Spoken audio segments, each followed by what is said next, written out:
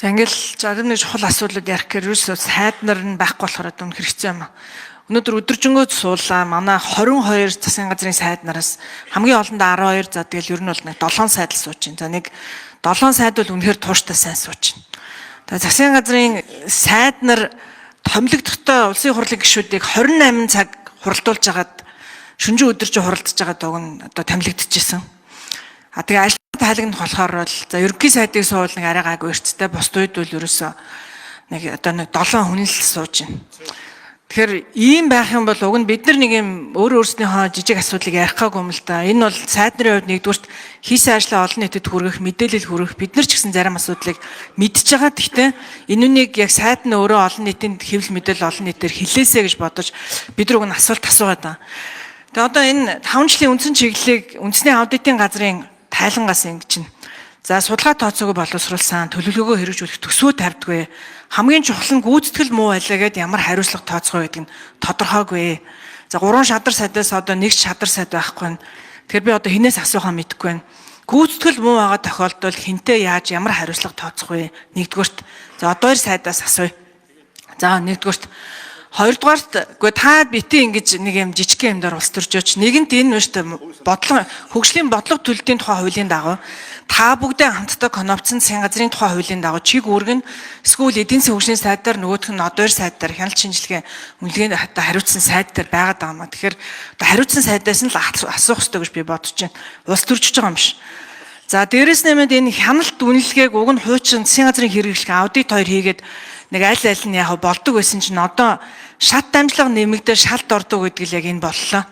Одоо тэгсэн чинь дээрэс нэмээд хяналт үнэлгээний үндэсний хороо агентлаг за дээрэс нэмээд дахиад улсын хурлын тамийн газар 4 газараас бараг хяналт шинжилгээ хийгээд хоорондоо тоонууд нь зөрөөд хамгийн сүүлд одоо хэнийг нь алийг нь ярьж барих вэ гэхээр салбарын мэргэжилтнүүдийг хооронд нь одоо мэтгэлзүүлэхгүй юу та нар гэдэг ийм юм яриад байгаа юм. Уг нь бол нэг дээр нэг нэмээ хоёр сайн муу гэдэг асуудал чинь одоо нэг субъектив биш байдлаар шийдэгдэж болмоор юм тийм. Энүүн дээр улсын хурлын гишүүд бид нар одоо алийг нь барих юм бэ?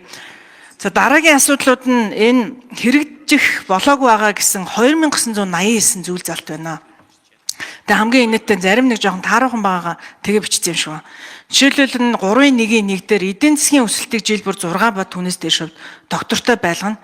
Инфляцийг 5%-аас бага түвшинд хадгалах бодлогыг баримтлана гэчээд за энүүнийгээ бол хэрэгжих болоогүй гэж үнэлсэн байна. Яг гэвэл инфляц энээсээ давцсан учраас тэгж хэлээд байгаа шүү. Тэгэхээр энүүнийг одоо хэрэгжүүлэхэд хэдэн жил хүлээх ёстой байсан юм бэ? Чи 4 жилийн төлөвлөгөө шүү дээ те. Эхний жил нь бол ингээд дуусч байна гэсэн. За дээрэс нь энэ удаагийн засгийн газрын мөрийн хөтөлбөр бол 3 намаас нийгмийн бодлогыг Монгол Ардын намын мөрийн хөтөлбөрөөс ардсан намаас ялангуяа энэ эдийн засаг бизнесийн хөрөнгө оруулалтын орчин эрхчлөлөөг хүний өмчийн эрхчлөлөөг хангах төр хүн намаас эрчим хүчний дээрээс нэмээ боловсролын салбарын шинжилэл гадаад худалдаа хөрөнгө оруулалт гэсэн эндээс яг 24 онд та охин байна нам дээрээ өөрийнхөө мөрийн хөтөлбөрийн үнэлэлт дүгнэлтийг хийж үтсэн үү? Нам дотроо өөрөө энүүнийгээ бас ярьж байгаа юу? За дараагийн асуудал нь нэг юм өнөөдрийн нэг юм статик тоо ярихаасаа илүүтэйгээр санаа зовмоор бас нэг эдийн засгийн том үзүүлэлтүүд асуудлууд гараад байгаа юм а та охин энүүн дээр дүгнэлт хийж байгаа юу? Эдийн засгийн өсөлт байгаа ч сайн байгаа ч гэсэндээ иргэдийн амьдралаар буухгүй байна. За энийг хятад улс ярьж чинь дундаж давхар хумигдж байна гэж.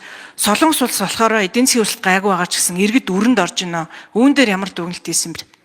Хинээс асуух уу? Хурлын дарга. За улсын хурлын дэд дарга Булгантайгийн асуултанд хариулъя. Тэгээд өөрийнх нь асуултанд бас нам гэдэг үг бас 2-3 удаа гарч ирж явах шиг байна. Тэгээ энэ салбарын сайд нартай холбоотой асуудал дээр хариуцлагын асуудлыг яаж ярих вэ гэж байх шиг байна. Ер нь кабинетийн зарчмаар салбарын сайд нар аль нэгэн сайд нар хариуцлагын асуудал яригдвал мэдээж томилсон субъект ерөнхий сайд хариуцлагын тухай асуудал ярих байх. Дээрээс нь олон тайлан мэдээ орж ирж байна. Тэр нь баг одоо энэ нэг салбарыг нь авсантай холбоотой юм ойлгомжгүй байдал үүсчихэж байгаа юм биш үү гэдэг агуулгаар ярьж байгаа шиг байна. За хэрвээ тийм асуудал байгаа гэж үзэж байгаа бол бас та хэд манаас дотооддоо ярих нь зөв бах. Энэ тайлан мэдээгээ ярьдаг, дүн шинжилгээгээ нийлүүлдэг энэ хэлцүүлэг улсын хурал дээр анхудаага хэлцэгдэж байгаа. Хуучин 2024 оны хүртэл ажиллаж исэн засгийн газрын бүтцээр засгийн газрын хэрэглэх газар бол зохион байгуулад За минут нэмж өгье. засгийн газрын хэрэглэх газар бол салбарын яамдуудынхаа ажлын уялдааг хангаад дээрэс нь дэрэгдэн засгийн газрын хэрэглэх газрын харьяа үйл ажиллагаа явуулдаг хяналт хэрэгжүүлэх газрыг тусад нь бий даалгасан. Өөрөөр хэлбэл төлөвлөөд өөрийгөө хянаад байдаг тогтолцоогоо эрүүл болгоё. Хамтарч засаг үрдүүлж байгаа нөгөө намдаа энэ хяналтын чиглэлгээ бас хариуцуулъя гэдэг шийдвэр гарсан байх гэж би ойлгож байна. Тэгээд 2 өдөр үргэлжилж байгаа энэ хилцүүлэг дунд ерөөсөө нийтлэг нэг юм дээр бас санал нэгдэж байгаа их баяртай байна. Энэ төлөвлөлт, төсөвлөлт, гүйцэтгэл, хяналтын энэ цогц системийг нэвтрүүлье гэдэг хэрэгцээ бол үүссэн байгаа гэх хурлын гишүүд манаас зүгээр харж байгаа их талархалтай байна. Тэгээ энэ дээр ерөнхий сайдын захирамжаар нэг ажлаас гараад байгууллагад ажиллаж байгаа DME-гийн цогц системийг оруулна. Тэгээд явцынхаа бас мэдээллийг солилцоод бас хамтарч ажиллана гэж. Манай сайд нар бити юм эмзэг дэлбэ шиг байл та. Зүгээр хариуцсан асуудлыг чинь хүрээнд л ярьж байгаа шүү дээ. Тэрнээс биш хинч намчрахаагүй. Тэртээ дөрвөө засгийн газрын тухай хуулийн дээр энэ бол эдийн засгийн хөгжлийн хариуцах асуудлын за дээрээс нэмээд хяналт үнэлгээ одоо үндэсний хорооны дарга Монгол Улсын сайдын эрхлэх асуудлаа гэдэг ингээд энэ хүрээнд нь асуухаар манай сайд нараас асуугаад байна гэдэг юм. Одоо бид нар асуудал хариуцж байна. Зүгээр бид нар ингэж л хэлэх гээд байна л да. За хариуцлага тооцох асуудал бол ийм байд юм байж. Та бүхэн дотроо ер нь засгийн газар дотроо энэ асуудлыг нэлээд сайн ярив. Биднийг яриулж бухимдуулж 2 хоног чуулган хуралдчаал ингээд дуусчих юм биш үсттэй. Яг бол ард түмэн биднээс хариуцлага нэхэд байна. Бид нар энэ дээр гарын үсэг дурдаг албан тушаалтнууд биш учраас та бүгдээс иргэдээс ирээд байгаа асуултуудыг л асууж энүүн дээр одоо хариуцлагатай ажиллаач л гэж хүсэж байгаа юм. За эдийн засгийн хөгжлийн сайд байхгүй болохоор одоо хинээс асуух вэ? Энэ эдийн засаг тулгамдаад байгаа иргэдийн амьдрал тулгамдаад байгаа асуудлууд дээр та нар ямар гол асуудлууд байна? Та одоо тэгээд субъектив ярмааргүй байна. Энэ 8 сарын 27-ны өдөр улсын хурлаар бид нар засгийн газрын үйл ажиллагааны хөтөлбөрөөр батлуулаад ажилдаа ороо явж байгаа. Хуулийн хувьд 24 оны сүүлийн улирлын үйл ажиллагааг 2 сарын 1-ээр тайлан болгоод нэгтгэхэд орж ирж байгаа. Тэгэхээр энд бол ямар нэгэн байдлаар амьдрал сайхан байна, гоё байна, ирээдүйг гэрэлтэй байна гэдэг тайлан байхгүй байгаа гэж ойлгож байгаа. Бодит байдлаа яриад, болж байгаа болохгүйгаа яриад засаад хамтраа цаашаа явъя. Шалгуур үзүүлэлтүүд чинь болохгүй байна. Мит барьчаад хүний жинг хэмжингээд байна. Энийгээ болио. Журмаа өөрчлөё. Цогц байдлаар нэг юм бүх юмаа төвлөрүүлсэн. Тэгээд тэр нөгөө төлөвлөлт гүйцэтгэлээ гаргахтаа бас учир дутагдaltaй байна. Тэрийгээ салгаад нэг 3 журам болгоод батлуулсаа 5 сарын 1-ээс хэрэгжээд явна. Ингээд алдаал байна. Засаад явъя л гэж байгаа. Тэгээ энэ дээр яг тийм сайхан байна, юм байна гэж байгаа бас тайлбар ерөөсөө байхгүй байгаа шүү.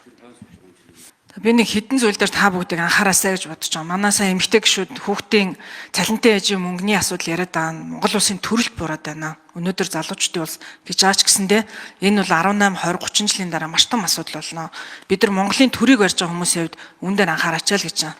Дээрээс нэмээ эдийн засаг өсөд байгаа мөртлөө иргэдийн амьдрал дээр буурлахгүй байна. Цалингийн дотоодын нийт бүтээгдэхүүнд эзэлж байгаа хувь хэмжээг та бүхэн мань хараарай. Энэ бол яг иргэдийн амьдралд эдийн засгийн өсөлт буухгүй байгаа нэг том илэрхийл шүү. Үүнийг та бүхэн анхаараарай гэсэн. За нөгөөх нь болохоор энэ өрийн дарамт иргэдэд маш их байна. Энүүн дээр бас та бүхэн маань анхаараарай. Хэдүүлээ нэг хэдэн хуурай тойроод яриад байх биш. Яг бид нарыг ард түмэн юу гэж үнэлэх вэ гэхээр ажлын хэсэг гарсан 50% гэж бид нар өөрснөө үнэлдэг. Ард түмэн бол энэ хууль хэрэгжээд биднэрт таалагдахгүй нь 50% гэж үнэлдэг. Тэр энэ хоёрын хооронд хасар том ялгаа байгааг та бүхэн маань анхаараач л гэдэг. Тэрнээс биш би энийхээ